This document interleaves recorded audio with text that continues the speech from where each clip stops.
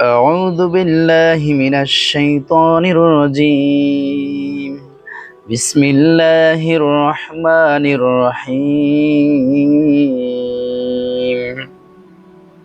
সূরা আল আসর সূরা নম্বর 103 অর্থ সময় বা মহাকাল বা মহাকালের শপথ।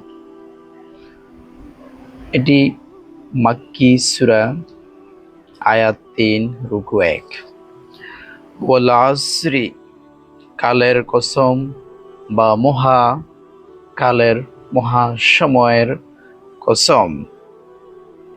ইন্নাল ইনসানা লাফি খুসরি, নিশ্চয়ই সমস্ত মানুষ অবশ্যই ক্ষতির মধ্যে রয়েছে। সমগ্র মানুষ ধ্বংসের মধ্যে রয়েছে।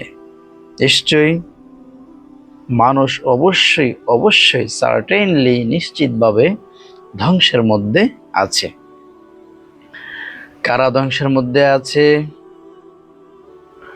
ইল্লাল্লাযীনা আমানু ওয়া আমিলুস সলিহাতি ওয়া তাওয়াসাউ বিল হাক্কি ওয়া তাওয়াসাউ বিস সবরি, যাহারা ঈমান এনেছে, যারা ঈমান আনয়ন করেছে তাদেরকে ব্যতীত, ওয়া আমিলুস সলিহাত, আর যারা সৎকর্ম করেছে, সৎ কাজ করেছে, ওয়া তাওয়াসাউ বিল হাক্কি, এবং যারা সত্যের উপদেশ দিয়েছে, এবং ওয়া তাওয়াসাউ বিস সবরি, আর ধৈর্য ধারণ করেছে কিংবা ধৈর্যের উপদেশ দিয়েছে। ধৈর্যের মাধ্যমে উপদেশ দিয়েছে। এখানে সৎ কাজ করা বলতে আল্লাহ তাআলা বোঝাতে চেয়েছেন,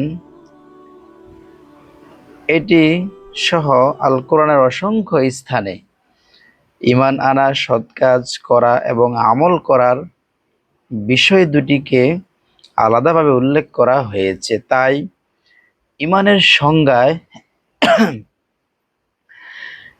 সংজ্ঞার মধ্যে আমল অন্তর্ভুক্ত হবে না। ঈমান হলো জ্ঞান, অর্থাৎ কালিমা তাইয়্যিবা প্লাস মনের বিশ্বাস, আর আমল হলো সে বিশ্বাসের প্রমাণ। আমরা যা কিছু বিশ্বাস করি তা বাস্তবে দেখানোর বা করার মাধ্যম হলো আমল।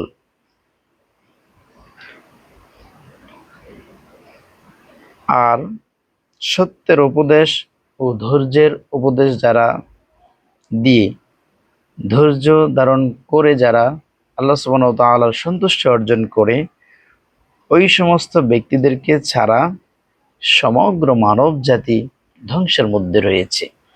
প্রিয় দর্শক, এই সূরা আসরের তাফসির বা ব্যাখ্যা, এই সূরা সম্পর্কে আমরা যারা কোরআন প্রেমী রয়েছি, কোরআনকে যারা অধ্যয়ন করি, আমরা অনেকেই, অধিকাংশ মানুষ এই সূরা সম্পর্কে কিছু না কিছু তথ্য হলেও আমরা জানি।